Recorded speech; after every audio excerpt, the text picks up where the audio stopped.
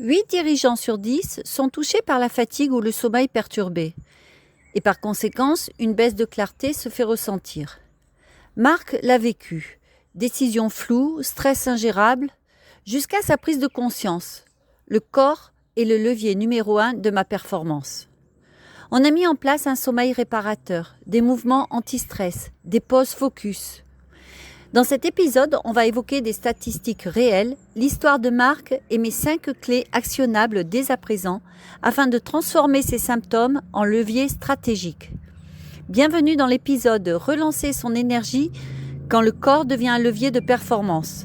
Je suis Martine Sarfati et je suis ravie de partager ce moment avec vous. Bonjour et bienvenue dans C'est le moment de s'épanouir, le podcast dédié à celles et ceux qui veulent décider, avancer et entreprendre avec plus de clarté, de justesse, d'enthousiasme et de sérénité. Ici, nous prenons le temps de regarder autrement ce qui fait vraiment la différence pour s'épanouir durablement. Chaque épisode vous offre des prises de conscience, des micro-déclencheurs et des outils concrets, avec douceur mais avec impact, avec bienveillance mais avec intention.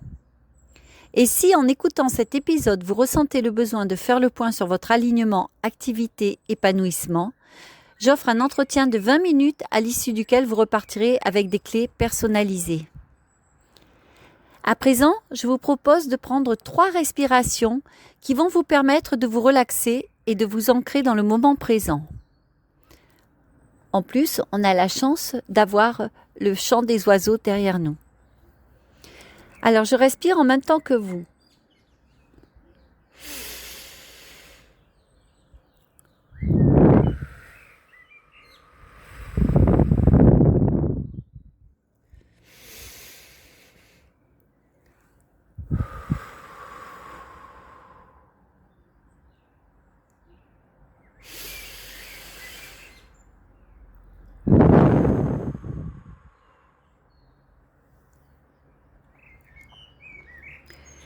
Imaginez, Marc, 52 ans, dirigeant d'une chaîne de restauration, 15 ans d'expérience, une équipe solide, un chiffre d'affaires en croissance, jusqu'à cette période de tension post-crise.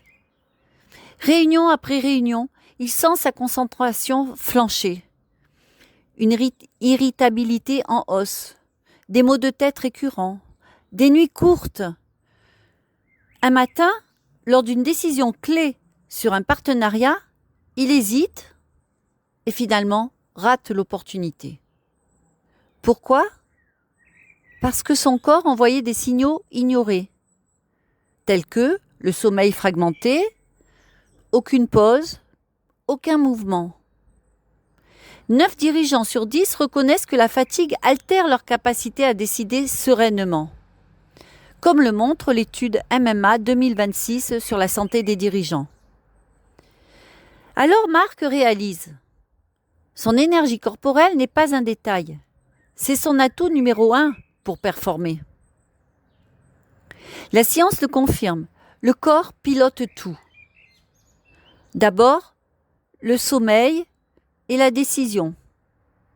Un dirigeant qui dort moins de 6 heures voit sa vigilance cognitive chuter de 30%, comme chez les conducteurs fatigués. Ensuite, l'activité physique avec le stress. L'exercice régulier réduit l'anxiété de 20 à 30% et booste la résilience, selon des méta-analyses récentes.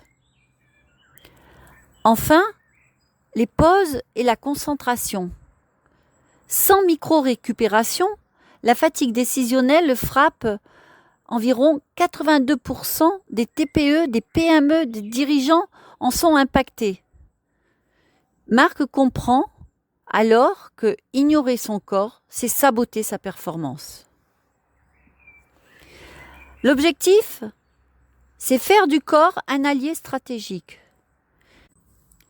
Cette semaine, on explore la clarté sur les sources de fatigue, sur l'énergie pour un programme simple, un alignement à vos valeurs, au service d'un plan d'action ancré dans la durée. Pas de bien-être abstrait, de la performance durable. Alors, Voici 5 rituels testés avec mes clients dirigeants pour relancer votre énergie en 21 jours. Premièrement, un sommeil réparateur. Visez 7 heures minimum, avec un rituel au coucher assez fixe, tel que des lumières basses 1 heure avant. Évidemment, pas d'écran, 1 heure avant. Et l'impact sera plus de clarté décisionnelle dès le 3e jour.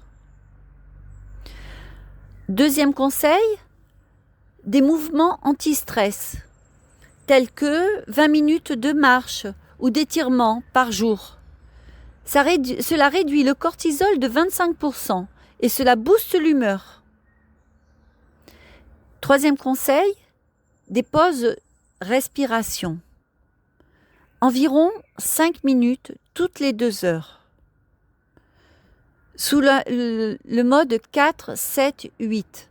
On inspire 4 secondes, on retient 7 secondes et on expire 8 secondes. Je répète, on inspire durant 4 secondes, on retient son souffle pendant 7 secondes et on expire durant 8 secondes. Et ça permet de restaurer le focus instantané. 4e conseil, l'hydratation et la micronutrition. 2 litres d'eau minimum par jour, plus des collations avec des protéines. Les protéines, ça peut être des noix, des amandes.